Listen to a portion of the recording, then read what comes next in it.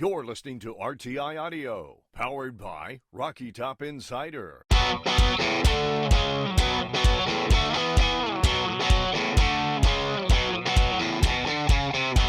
This is Pancakes and Bacon with VFL, Kyler Kerbison, and Reed Bacon.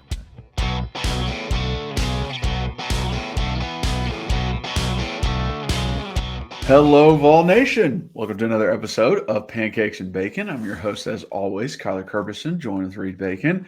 Got a great one. We're talking fall camp. We're getting in the swing of things. Season is upon us. It's almost here. We'll talk a little bit about what we plan to do over the next few podcasts before the season starts.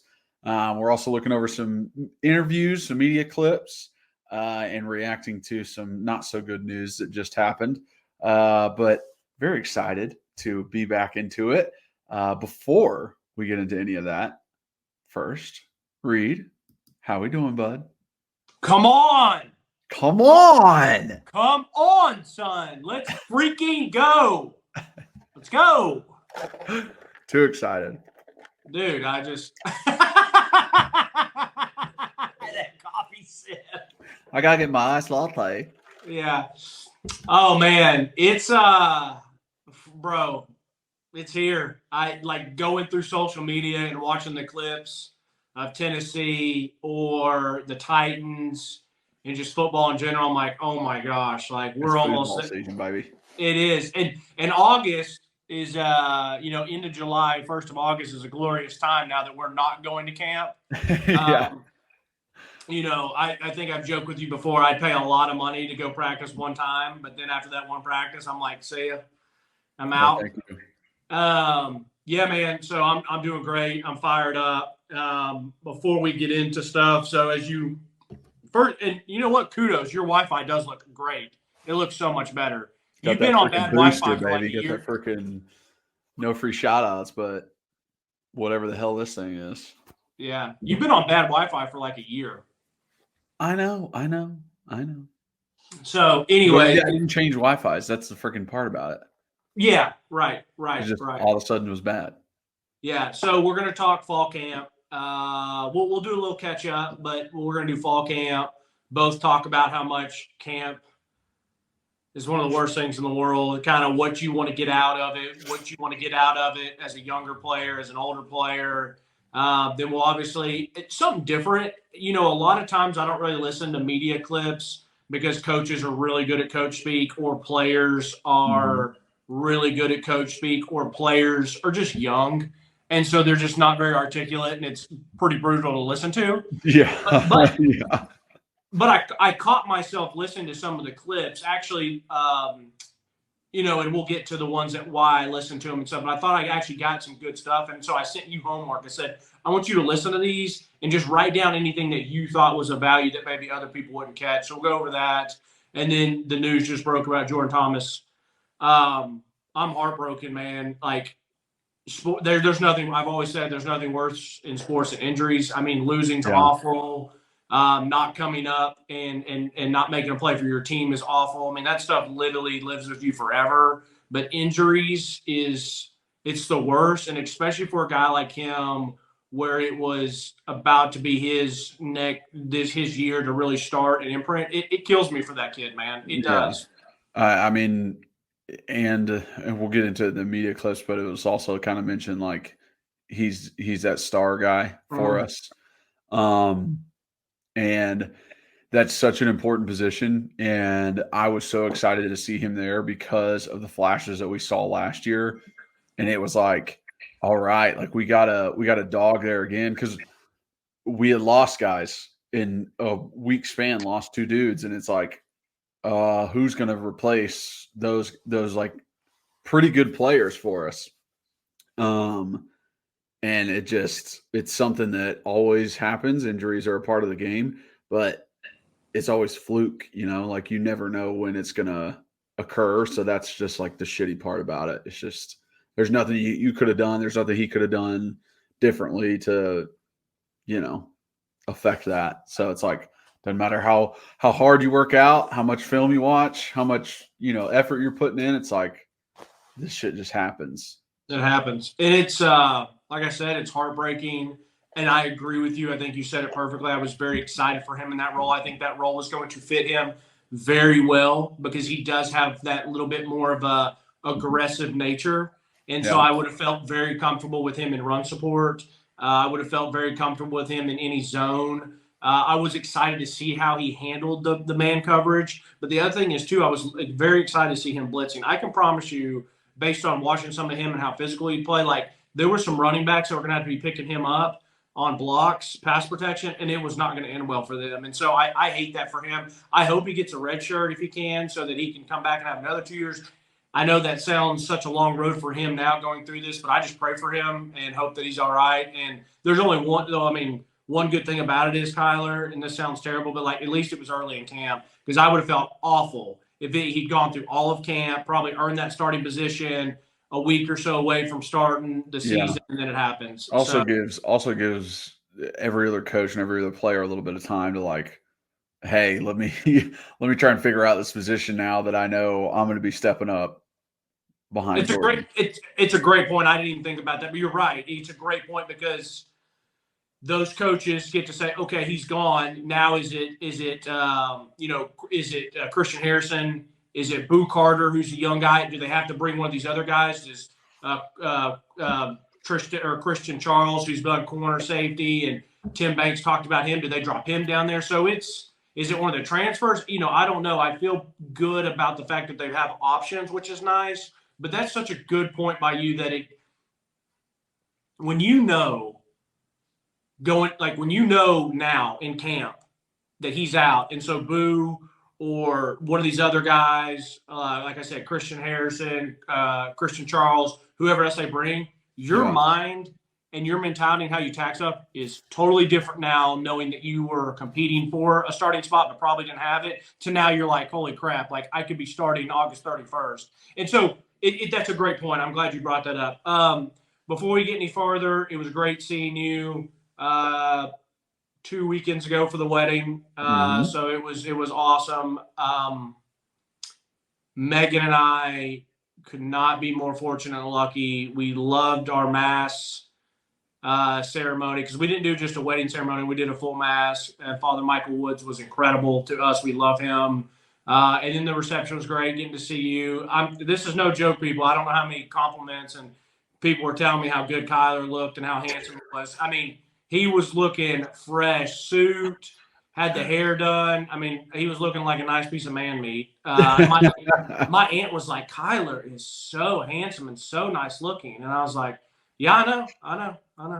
Matter of fact, funny story. I'm sitting in literally the mass is about to start. I'm about to walk my mom down the aisle and then take my spot up on the thing. I'm like, I'm seeing we didn't have a big wedding. We did not have a big wedding. Yeah. We did that on purpose. But obviously I'm scanning for the big fella. Like I wanted, and I knew Kyle would be there. Like I always knew he'd be there. I'm like, I hadn't seen him yet though. And then this is about to go. And I was like, and I literally turned to my mom and dad. I said, have you all seen Kyler? And as I was saying his name, the door of the church opened. And like him and Brienne, his wife, walk in. I'm like, there he is. And it was really awesome too, because I got to like hug you and embrace you. And then we had our little moment where you said I look good, and I was like, you look great. And I said, if you weren't married and I wasn't getting married, I'd just marry you. You're the first one I'd call. So it was great, man. I appreciate you and everybody else. It was so special to have you all in. But how have you been since we talked last? Good. I mean, same old, trying to piece things together over here at the house, do little odds and ends here and there, fix a gate, get a 2-sided lock, take some fencing out, like just odds and ends.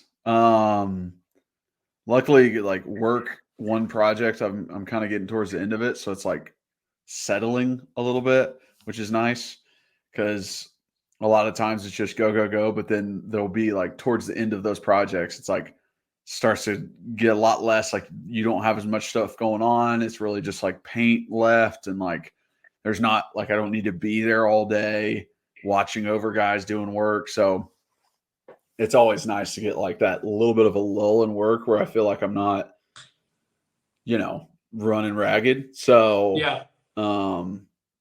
That's been good. And then just hanging out, just trying to stay cool while it's I know 98 degrees outside.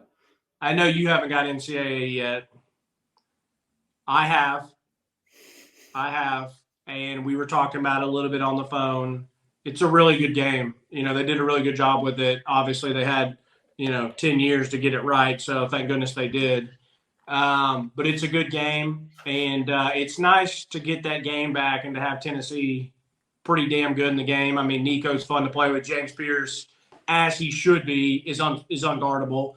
But like Amari Thomas is good in the game. Dylan Sampson's very fun to play with in the game. Some of our spin move is crazy.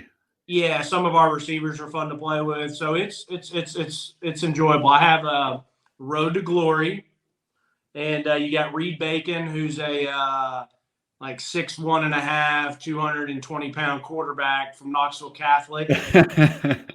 And he's second string, man. Him and Jake Merklinger have been battling second string for the first season. And I knew going to UT, I was like, hey, I said, but I want to have something UT because then I have an online dynasty with about 20 other guys. Mm-hmm. And I actually am in the University of Memphis in that one. So that one's pretty fun and cool. But I was telling you weren't allowed to pick a 3-star prestige school or above. So it was 3-star and below. And so by the time I was picking, like I said, 20-something, like 21, 22 dudes in it, I got, unfortunately, the 19th pick. So I picked Memphis, but it's been fun. But it's a good game, and I'll be excited for you to play with it. The only thing that stinks is you weren't in the game. I would have loved to have gotten to play with you. Or no, you were in the game. You were in 2014, the game. I was in the game, yeah. Yeah. The very last one. Yeah. But that was the year 2014 came out. Were you I was a backup. That's right. Yeah, I was still a backup. It wasn't a starter, but I was in the game. Like, it was like number 77 from a town in Tennessee, like my height and weight. Yeah, it would have been so sick if you had been in the game and I could have played with you left tackle. I mean, maybe if you had like your little star, like you and Josh Dobbs, and like, captain. Yeah, it'd be cool. No, I mean, heck, some of those years that we missed out on. I mean, the Jalen Hurd, Kamara, Dobbs, Malone, like that Jennings. Kind of offense would have been crazy in the game. Yep. I mean, imagine playing with Hendon and Fant and Jalen Hyatt. I mean, golly, dude, it would have been incredible. If it would have came out year after that year, Tennessee would have been so good. Bro, I think I told you this when we were talking on the phone. One of my favorite plays, and they did a great job with it, but one of my favorite plays to run, and I think they do, and it's a good play, is the speed option. And you just straight out of shotgun, the quarterback gets it, and you just start going out. And I've eaten up with it pretty well, but I thought about you immediately because you and I love that, and Heupel does call it. So it's pretty deadly. Anyways, I'm about to stop talking. You got the Bacon big board breakdown. I'm gonna read the quote for the day. This is really the intro to a song, and I like. There's some intros to songs that just go really hard. It's like you start hearing the beat, you start hearing someone talking, saying something, getting you in it, and then it just goes. And so this is an old school song. This is like when we were in high school, maybe even before that, but I still listen to this day. So it's I'm one of the realest. Can't say that word. So I'm one of the realest blank in this shit, man. I got the motherfucking streets. I came in this game with everything I wanted. This shit about respecting me. And it's get your mind right. And then I put Young Jeezy. I know he goes by Jeezy now, but I will always know him as Young Jeezy. Yeah. And so I picked this quote because first off, get your mind right. It should be the anthem to every fall camp. Because you have to get your mind right. But there's another thing. There's another thing about this quote that I really like it. And it's these young kids that whether they're freshmen or transfers or Mhm. even the older people, they really, really do come into camp now with like everything they need, with the NIL stuff, with how many resources and great things that these universities give them, especially if you're at a Tennessee, Alabama, Ohio State, Georgia, Notre Dame, whatever. Yeah. These guys and these young men have everything they need to be successful and to achieve the goals that they have. And it comes down to the fact that it's about respect now, and it's whether you want respect from your teammates, whether you want to earn the respect of your coaches because you want to be a starter, or whether it's about respecting me as a team. This is Josh Heupel's 4th year. We had a great year in 2022. You listen to these media clips, and they are not bashful about saying they want to play for a national championship. Yeah. And so this shit's about respecting me now. Yeah. And I also love the part talking about Jeezy saying he has the streets behind his back.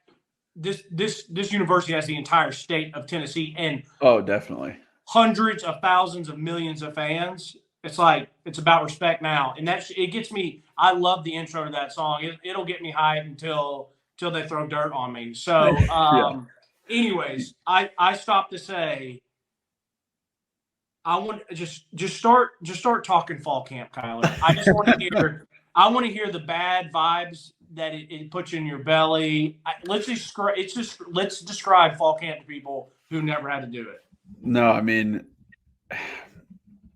man, something, as you got older, it became a little bit better, but especially when you're a younger guy. So when you're a freshman or sophomore in college, or you're a freshman, sophomore in high school, and you're going into fall camp at a disadvantage. Like, you're at a disadvantage over guys that have been there. And it could be, it doesn't necessarily mean it's a physical disadvantage, right? That you're slower or not as strong or anything like that. Sometimes it is. It's also a mental disadvantage. The guys have been in the system. The guys understand more. So you're going into it at a disadvantage, knowing that I got to compete my ass off. And it is one of like the most nerve-wracking things as a young guy going into fall camp. And you get into it and it's nothing like you've experienced before, especially college, because it's all day. Coming from high school, kids, they spend 2 hours, 3 hours at their school doing a practice and they go home. And it's during the summer, they don't have anything in the mornings, and they just practice in the afternoons, go home. It's not that big. This is, you wake up at 5 a.m. and you go to bed at 10 p.m. and that whole day is filled with football. The whole day. They have you. They have control of you and everything that you do. And I'll tell you what, once you get to that first padded practice, you can feel the energy and the nerves in everyone there. Because it's so much different than the helmets. It's so much different than any routes on air you were doing over the summer, any just drills that you were going with the boys. It's all right. Now I got to hit somebody. I got to get this out of me. That's also part of it too. You're so amped up to do something. It's when can I get my first hit in that'll kind of wake me up and get me going?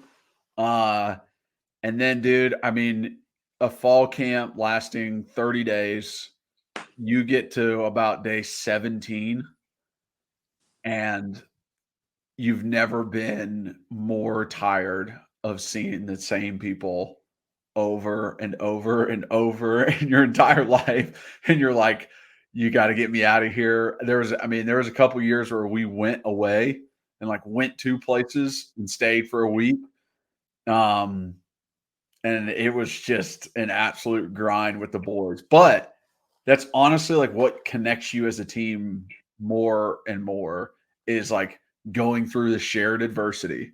That's what they, would tell us. It's you guys are going through the same struggle together and pushing through it.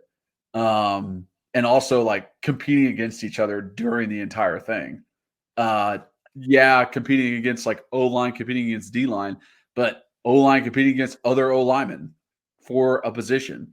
So it's just like competition like crazy, working your ass off like crazy, blood, sweat, tears. Like it is the epitome of what football is. Like that right there, fall camp, you know, there's nothing quite like that in any other sport. And I don't think you can get that in any other sport. How many times did you think about quitting?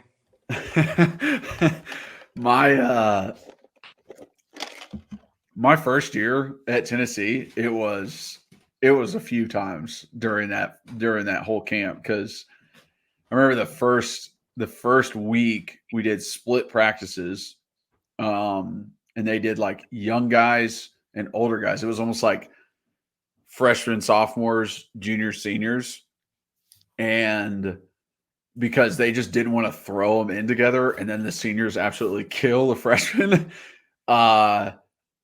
And I remember even during that, it was like there's no backups.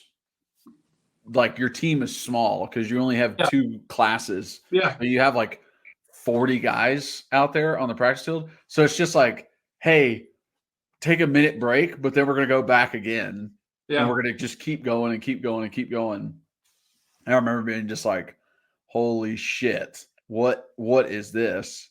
And then getting into the full thing and just seeing dudes fly around like crazy, and getting to an end of a day, falling asleep, and then a horn goes off at 5 a.m. and you go, I don't know if this is for me, dude. Like that horn goes off at 5 and your body freaking hurts. You just did a 2-a-day the day before and you got about 6 hours of sleep and you're sitting there like, holy crap. I don't know if I can keep doing this. But how many times foot in front of the other. How many times did you hope to get injured where it was like an ankle sprain? Yeah, let me roll an ankle real quick, so I can get out of this. I mean, listen, there were some times where I was like, I mean, maybe a finger here or there. Yeah, just like a. Yeah, that's. I mean, so when I was at Memphis, I literally thought about quitting every day. every day. Well, your experience is a little bit different. I was getting my school paid for, so it was like you kind of had to be there. Yeah, no, and that's the game changer right there. Is like it's funny because like I even remember being at Memphis and some of the scholarship dudes were just like, this sucks. I can't quit. Like I can't quit. Like I have to get my school paid for. But I literally thought about it every day. And then I definitely had those. I was like, dude, a nice ankle sprain right now would be so welcomed. And it's crazy. It's crazy that we think that way. Now, I'll be honest. And maybe this is a lot of people are this way too, but I can still really put myself in that situation and remember, even though it was 10 years ago or however long ago it is. But like you're still so immature at 18, 19, 20 years old. Like I would be much, much, much better equipped, for a fall camp at the age of 27, 26, 25 to now 30, 31, 32, 33. Because you just know kind of how to handle it and know what to get through. Not to say that I still wouldn't be pumped about a bum ankle or not still think about quitting. I've just always said this. I know I've said it on this podcast a bunch of times. And I know I've told a lot of people this. It was just the craziest feeling that there was no other outside world. It was just weird. Like you're living in this limbo. You're living in this dynamic that the only thing in your world is the walls at the complex, the practice facility, and your players. And I tell people all the time, I mean, like you said, that horn goes off at 5:30, that we would be done by like 9:30 or 10. And then I'm immediately like just trying to get some sleep, go to bed. I mean, you're just dorm to facility, facility to dorm. That's it. And it's just bing, bang, bum. Like it's just going. And I kid you not, like the city of Memphis could have been attacked and we would have not have known it. Like you were so like I couldn't tell you anything that was going on in the news, anything that was going on in the sports world. You are just so it is the definition of tunnel vision. And like I've always said, I talk to at night, I would call my mom and I would literally talk to my mom for 3 minutes. I would talk to my dad for 5 or 6. And then the girl I was dating at the time, I would call her and talk to her for 3 to 4 to 5 minutes. And then it was like, that's it, bro. You're not checking text messages. You're not, social media wasn't really a thing back then, but you're not looking on social media. I mean, it's just, I just can't explain the feeling of you're in another world. And so it's like, when you're a younger guy, some guys at the younger age, like you're just trying to get through. You're just trying to get through. You're not even really getting better. You're just trying to get through the day. You're trying not to make an ass of yourself. You're trying to play the best you can. Then you got your other guys who have handled it, have been through it before. They are trying to get better. And then you got your veterans that they are always trying to get better and they know what they're doing, but it's like they're just trying to get through healthy, meaning them and the coaches are trying to get them healthy. Like the difference of a camp that a freshman's having right now compared to a Nico, compared to a Omari Thomas, the three camps that those all individuals have are totally different. I mean, the freshmen, it's also like when you're younger, these coaches are testing you. Yeah. They're wondering what you got, right? Yeah. They're pushing you a little bit more. Even in like individual drills, say you're in an individual drill O-line, you're pushing the sled, the coach will be like, hey, freshman, get back up there where you guys are going again and like hold off the older guys.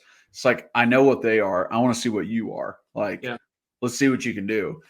And it also is like a very funny dynamic once you get older, how the roles switch. Like how much I had to hold pads and get hit over and over my freshman and sophomore year of college versus the last 2 years of college being like, I'm not holding the bag again. Like you guys hold the bags every time.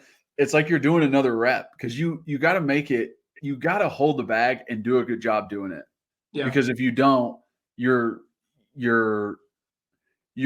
making it tough for the other guy who's going.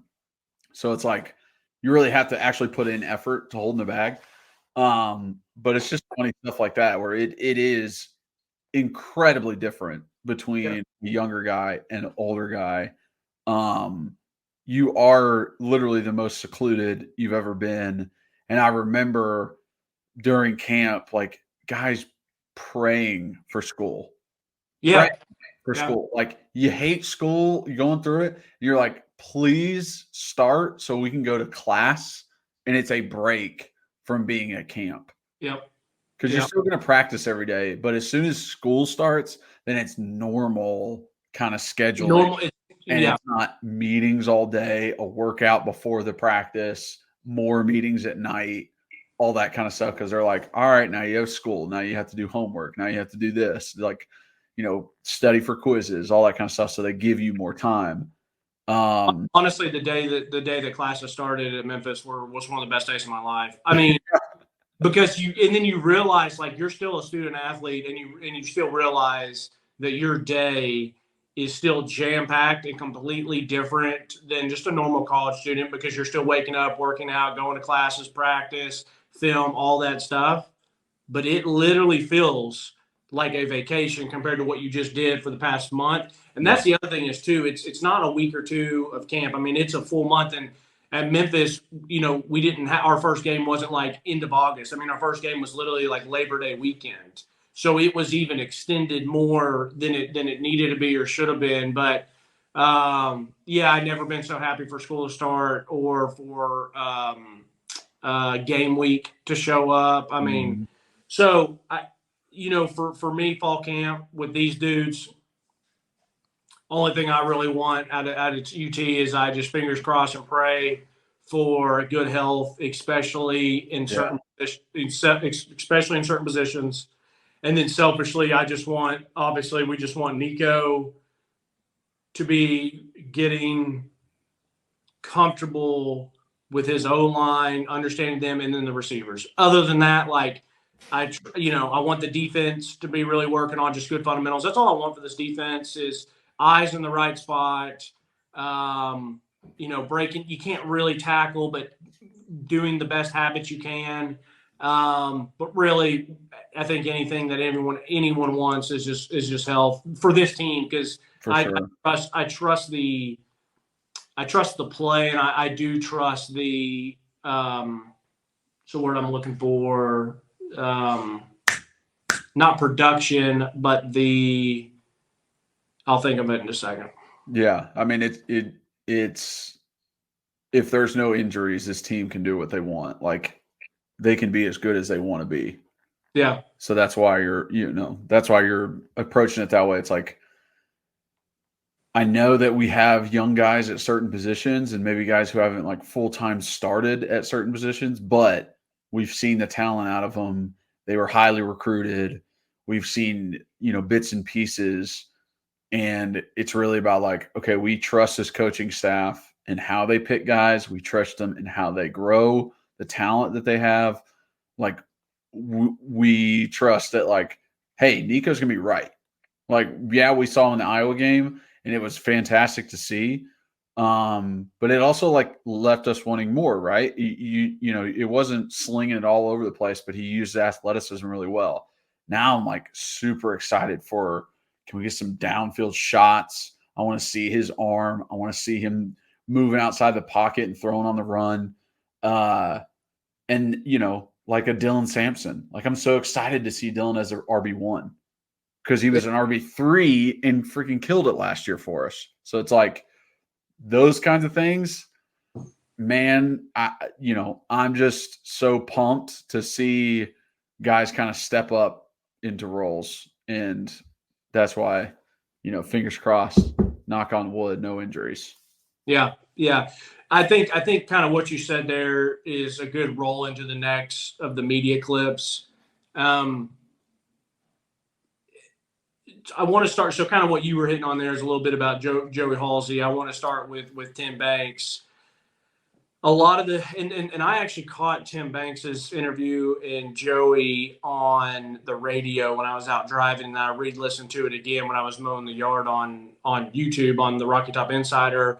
Mm-hmm. And Tim Banks is pretty coach speak. He's not quite as bad as Heupel, but it's pretty up there. But just the quick things that I caught from him that really stuck out to me was talking about Arian Carter. And I think maybe that's a personal thing because the one spot I am a little bit worried. You wanted to hear about that.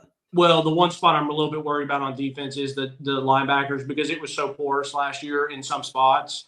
We all know and feel very, very confident that the D-line is going to be awesome. Mm-hmm. I'm still a little bit worried about the secondary. Now, I hear the way that the coaches talk about some of the secondary, but Kamal was a good college corner. He was a good and I know I was like a part of his fan club and would take up for him, but I just watched him on film. I thought he was really good, and he just had 2 or 3 really bad moments that people remember. Yeah. Gabe Giudioli was really solid, Kyler. He was really solid, and it's kind of wild to hear Brian Callahan of the Tennessee Titans mention him by name and say that he's done pretty well. Do I still think he makes that team? Probably not because of the depth of the Titans secondary, but it's still really good to hear. And it takes me back to, we had 2 pretty darn good corners.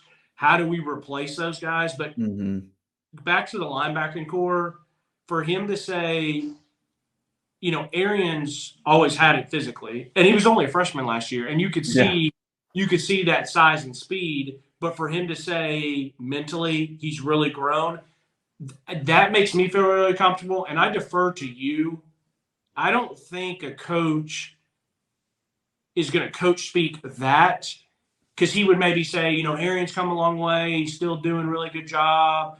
We're really happy with his progress. He's going to have a chance to impact this team, but we still need him to continue to take those steps and learning and picking up the game. But for him to say, hey, I've already seen a drastic improvement in the mental aspect, that made me say, okay, he is picking up stuff faster and learning the defense better and knowing where to be.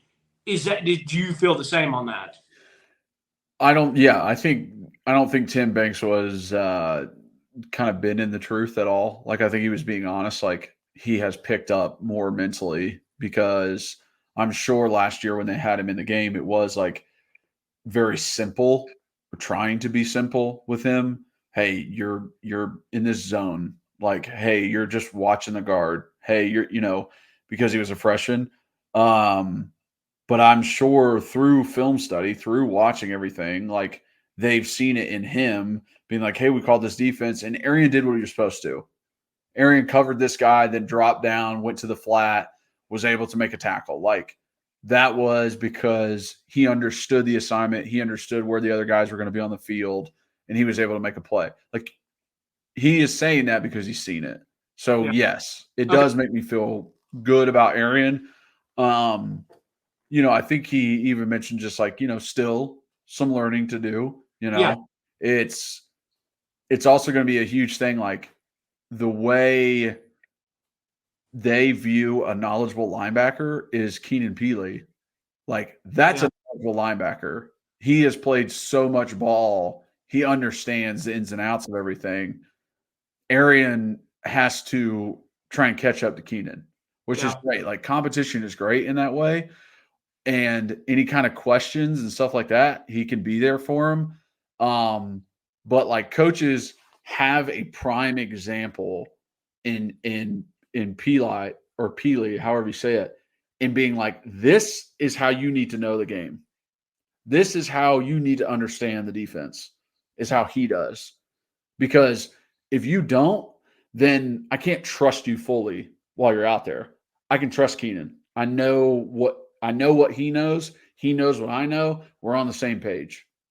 So it's always good to have one of those guys in the room to be like, here's your example. Even if that person isn't a vocal leader, or that person isn't someone who, tries to pull up other people, he's still just an example for the coaches to do. Coaches can lead that room as well, and then just be like, hey, here's your example. Follow this. Right. It's so much easier, instead of getting on a whiteboard and saying it, showing them film and doing it, and then trying to talk to them, when they can literally be like, just watch this, or just pay attention to how he handles it. And so I agree completely.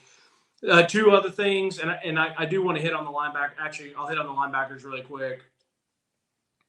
I still feel like I need to see it, whether that's you and I going to practice and just seeing some size, seeing the multiple dudes. Maybe it's the first game or whatever.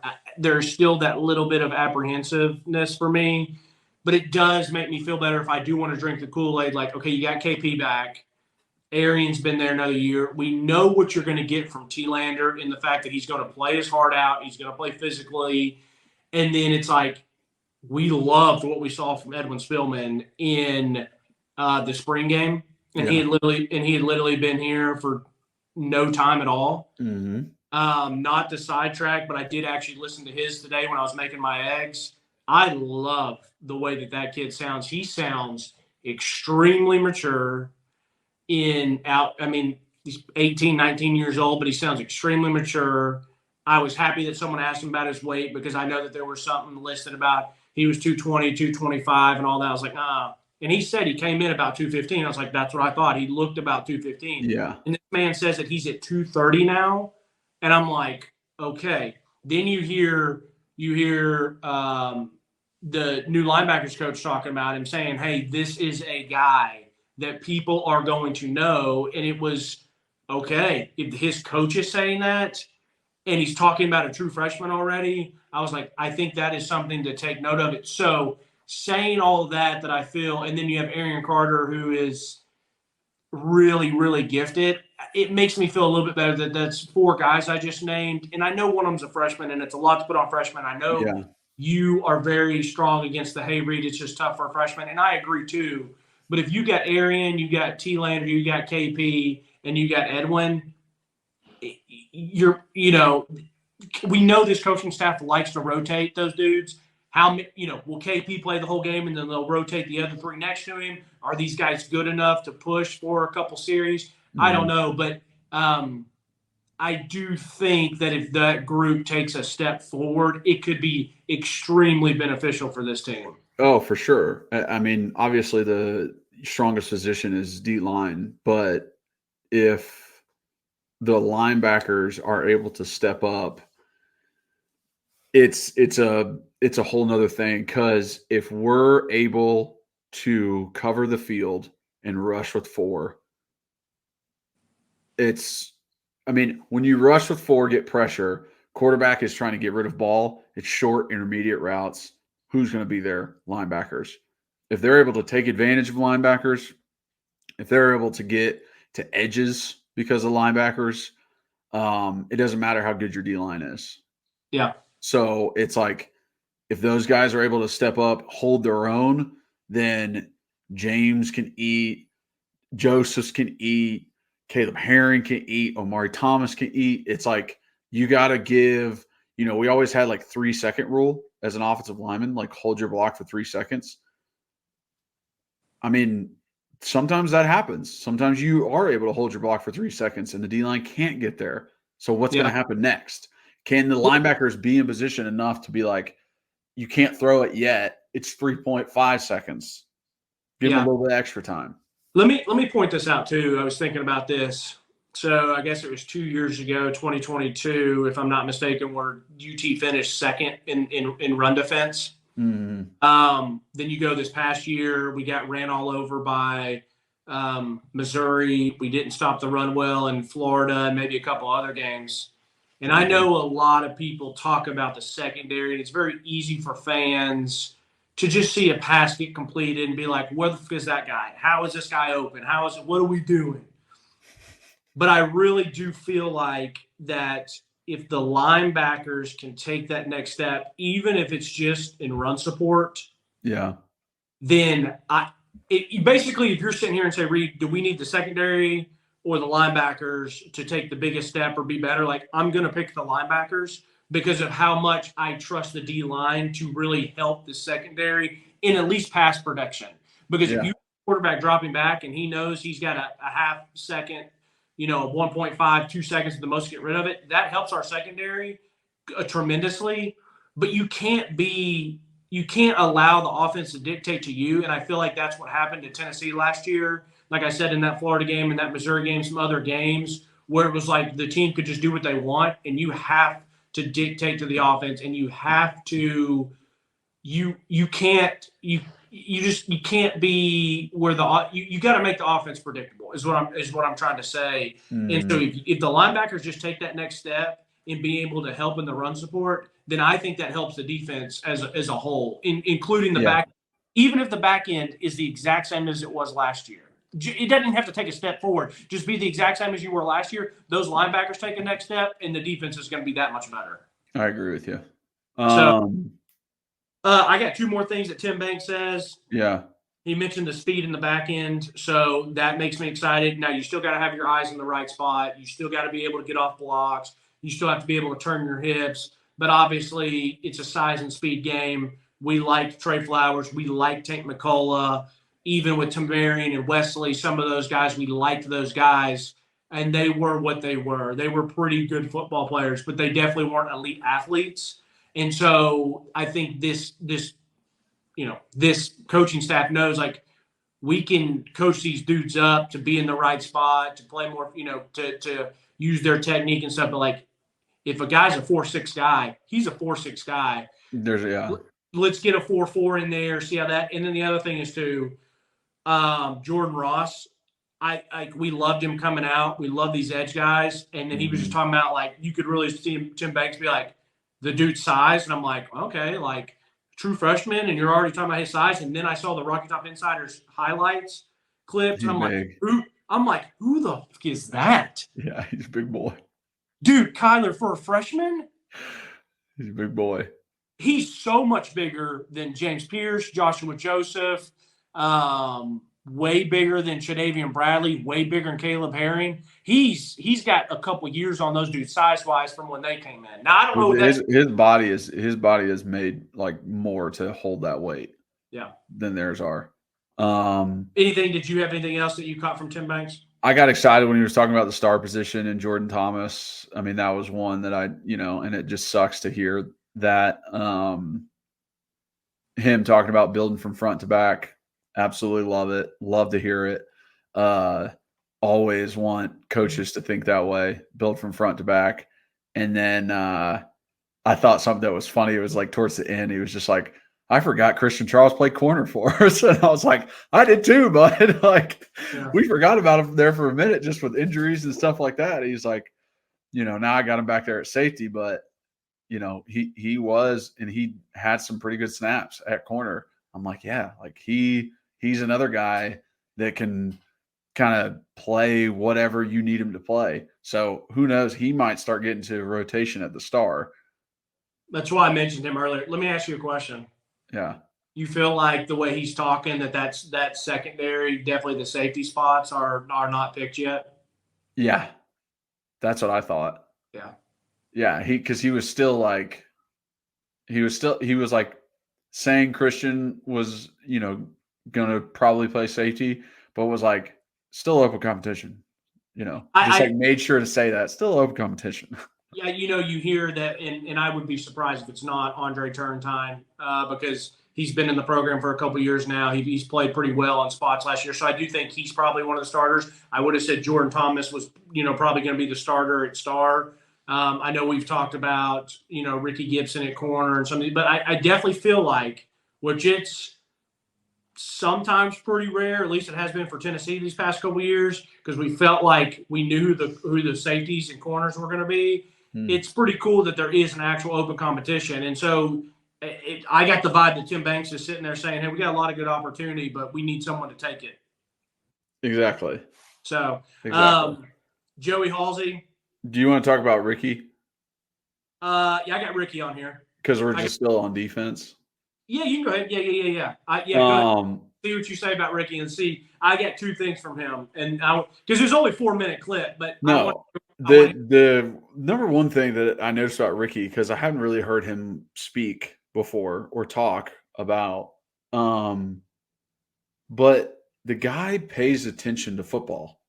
Like, he pays attention to every other position that's going on out there. They're asking him about Merklinger at quarterback. They're asking him about wide receivers he's going up against. He's calling out specific things that they're very good at. He's calling out like Merklinger and what he's been able to do as a freshman. He is just like paying attention so much to the game. It's like you can tell he enjoys it.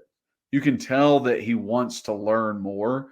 And it's not like learn more for my position. He's also like, what do you think? They're like, what do you think about the D line? He's like, I love James Pierce, obviously, but he's like, I'm also excited for Caleb Herring. That dude's a dog. It's like He's paying attention to that stuff. He doesn't need to, as a corner. He doesn't need to pay attention to the D line and how well but he wants to. And then they started off the interview, and he literally started off just being like humble as shit, being like, I wasn't great. There were things that I struggled with, and I had to look in the mirror after those games and be like, hey, what are you going to do to be better? And I felt like I came to, good, confident spot in the Iowa game.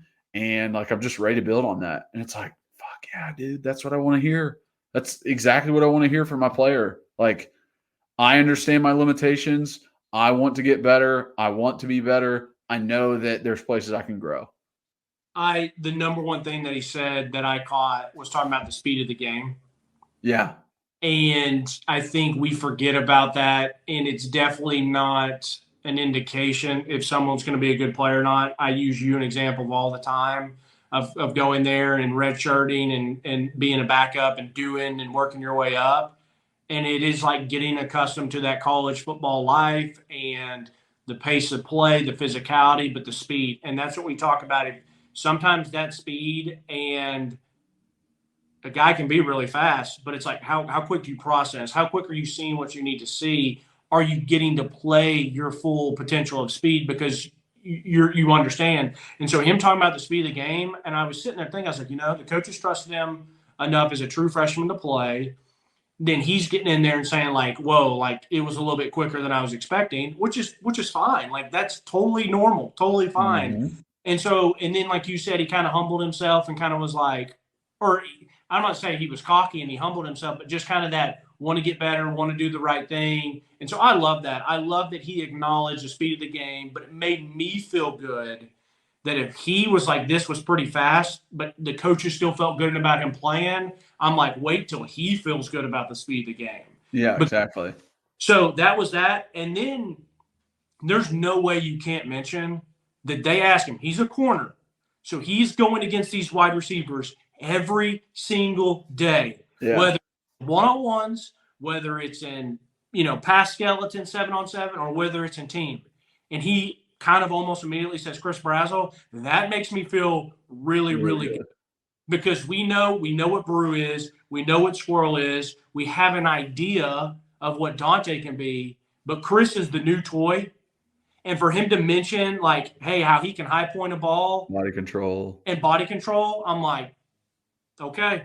Mm-hmm. Because players, and I don't know how it was when you were there, and I'm trying to think back, like with Memphis or even in high school, when they ask you about it, you're going to like probably shout out like some of your boys and stuff that like you're friends with and that they're probably pretty good players. But when you ask a receiver about a corner about receiver, offensive line about defensive line, like those that you go up, like I have to take a little bit of notice to that. And and he went to Chris. So no, I think you do because you're competing against them every day.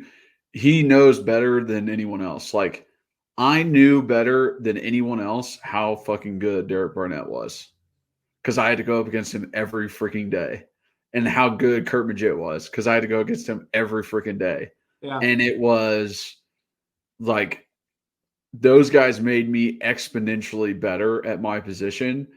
And I knew for a fact every time we would watch film leading up to a game or whatever, you're watching so much SEC tape that you're watching, hey, we're getting ready for the Missouri game. We're watching Georgia versus Missouri. Hey, we're getting ready for Kentucky game. We're watching Florida versus Kentucky. So you see the offensive line for other teams that you're going to face in the future.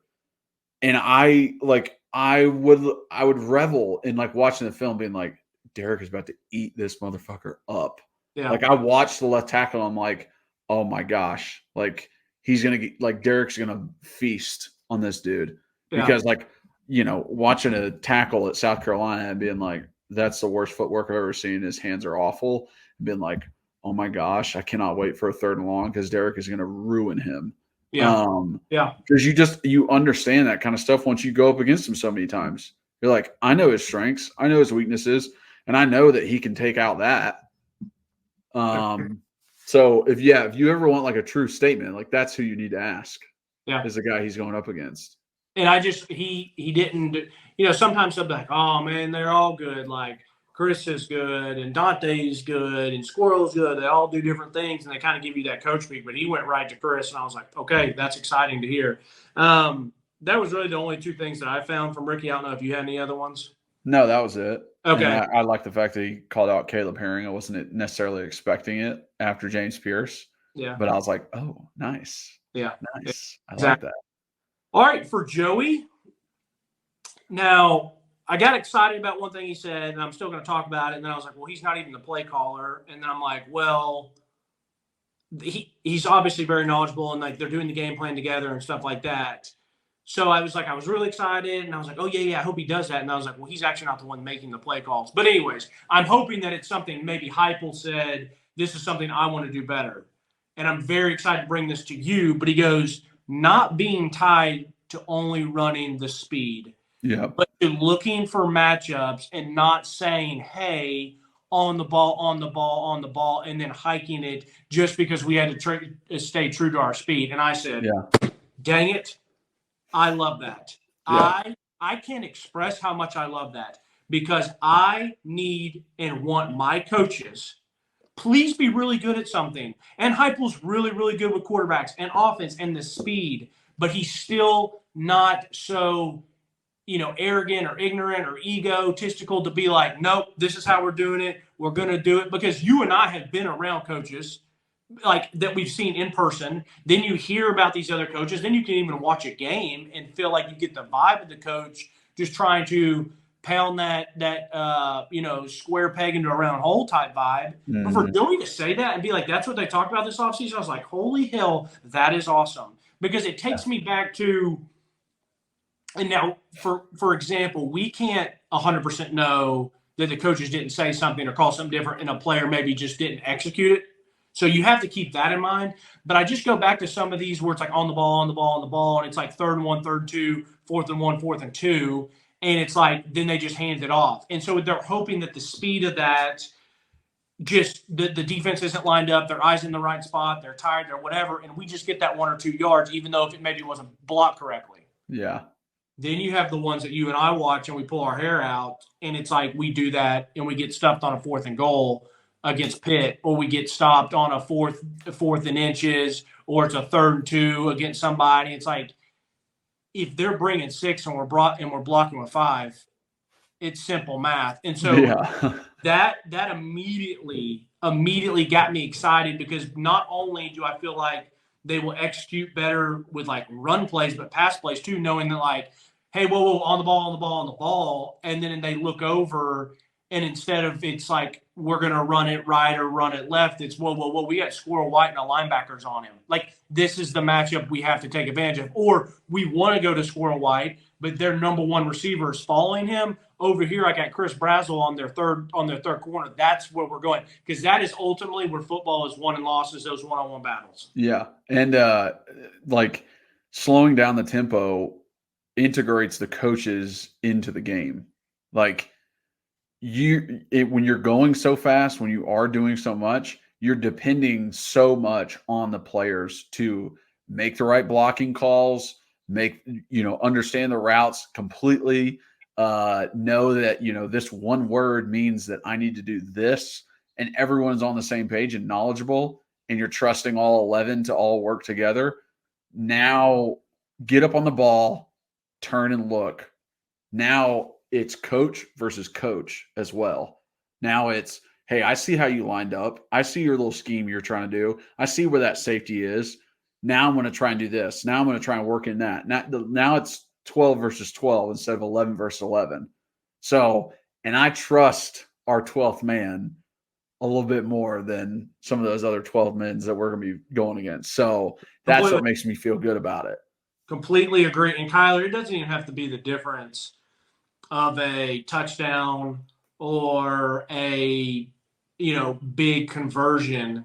It could literally be those times of where we're going fast, and instead of a quick 3 and out, we at least pick up that 1 first down to give the defense time to rest, or more importantly, you're working a field position game, because football is still very much a field position game. And sometimes we lose that. We lose sight of that as Tennessee fans, because we are going so fast. And it's like, and that's why I've always loved Heupel. I've always thought he's done a magical job of still running the rock. He can earn those 4 and 5 minute drives when he needs to. But I just love that Joey said that. Another thing he's talked about was he made that comment about how they catered to Joe last year, and now they're going to be doing that to Nico. I'm not going to try to read too much into that, but I appreciate that. Once again, that's speaking to, we're not going to coach the players to our system. We're going to coach the system to our players and what they like. Yep. This is something that I thought was really telling. And he says, cut it loose. He said the entire message from Heupel to the entire team is cut it loose. Play fast, and don't be thinking, we do feast so much on the big plays. And maybe that was talking a little bit about, hey, in 2022, Hendon would let that thing rip. They wouldn't think so much. They would play the play and let it go and just play free, maybe last year, and once again, I don't want to just point towards Joe. Maybe there were some other players that we don't know because we're not watching the film intently, but he could be talking about receivers. They could be talking about even some people on defense. It's like, yo, just play free. And I like when coaches, some coaches say that and they don't really mean it because if you do mess up, it's your ass. But like there are some coaches that are really like, hey, let's just play fast and physical and play free. If you mess up going 100 miles an hour. You and I have both heard that a gajillion times in our life. I just thought that was pretty telling that they were like, yo, guys, just cut this thing loose. Like it's almost like coaches.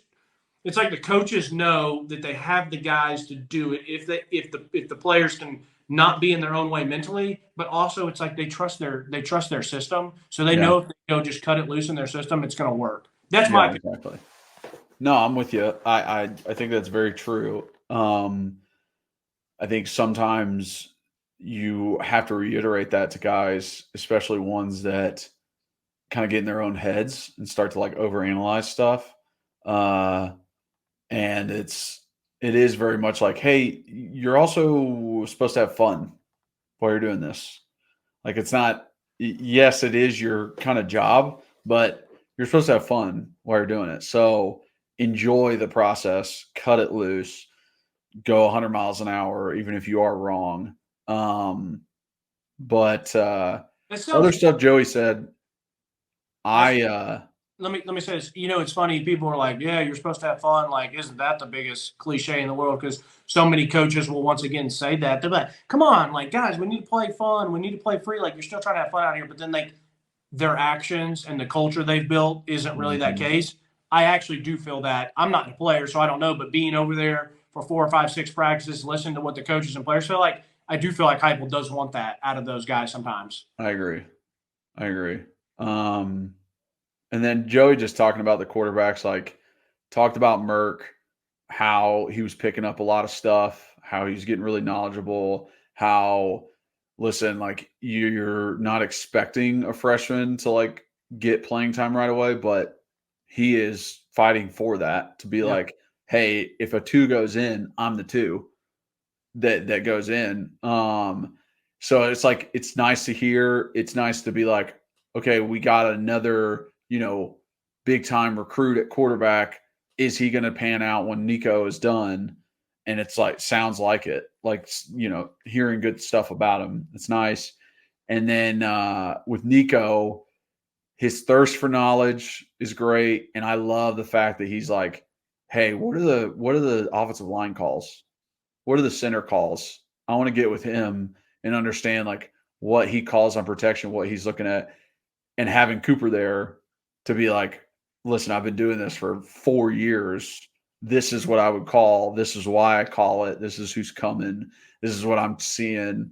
I mean, it's incredible. And I mean, Joey mentioned like having 4 guys coming back on the offensive line is such a huge deal for a, new quarterback in that position. It's just like I thought what he's talked about with Nico was it was just great. Lack of a better word. It was great to hear a lot of the stuff he said. And I didn't bring that up because I think the expectations are so high for Nico that we're all expecting him just to be literally incredible. Yeah. So it's like almost it was, and this isn't even fair to the kid, to Nico, but it's like all this stuff that he's saying, I love hearing that, but like I expected that out of him. Like he's handled himself in such a way. We know his tools and gifts are so incredible, and it's really not fair to him for us to expect as much as we do.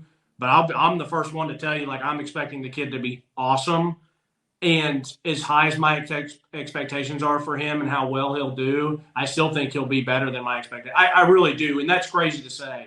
Yeah, so, but I mean, we're setting a high bar for him, but I mean, everything has shown that he can get there.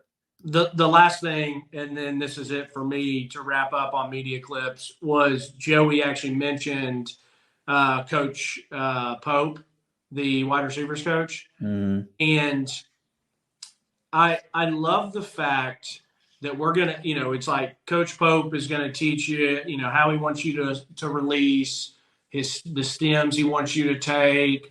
what you need to do against this coverage and that coverage. How do we play it if it's man versus zone? How do we play it if it's cover 2 compared to cover 3, the match zone, or to cover 4, whatever the case may be. We're going to teach you how we want you to block and all this stuff. I love all that. But at the end of the day, if you throw all that out, go be a dog. And that term is way overused, and it is it's just way overused.